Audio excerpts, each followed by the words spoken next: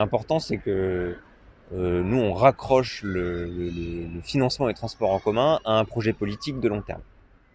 Donc on a construit avec le groupe, dans le cadre du mandat à la métropole, une vision des modes de déplacement à horizon 2050.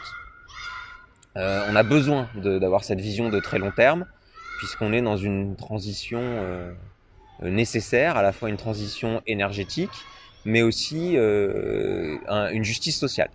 Et ça va être ça notre point de départ et notre façon d'entrer dans le sujet, c'est d'abord d'assurer le droit fondamental à toutes et tous de pouvoir se déplacer librement sur le territoire. Ça, c'est notre façon de rentrer dans le sujet, et que, en assurant cette justice sociale de la liberté pour tout le monde de se déplacer, on va nécessairement questionner les modes de déplacement et revenir à une répartition modale différente entre les modes de déplacement, et qu'aujourd'hui la prédominance de la voiture individuelle est un frein en fait à la liberté de tout le monde de se déplacer, et qu'on a besoin de faire une répartition modale différente sur l'avenir. Donc je m'explique sur la répartition des parts modales. Aujourd'hui, la voiture représente, notamment en kilomètres parcourus, la majeure partie des déplacements.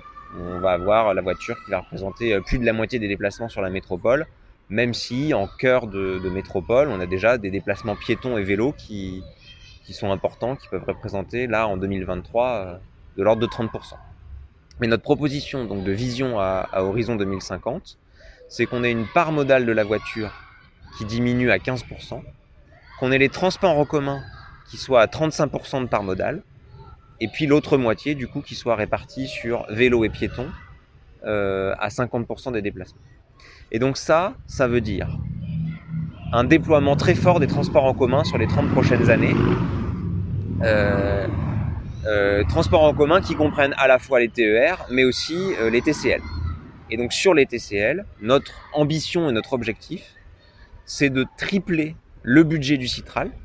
Aujourd'hui, on a à peu près 1 milliard d'euros de budget annuel au Citral.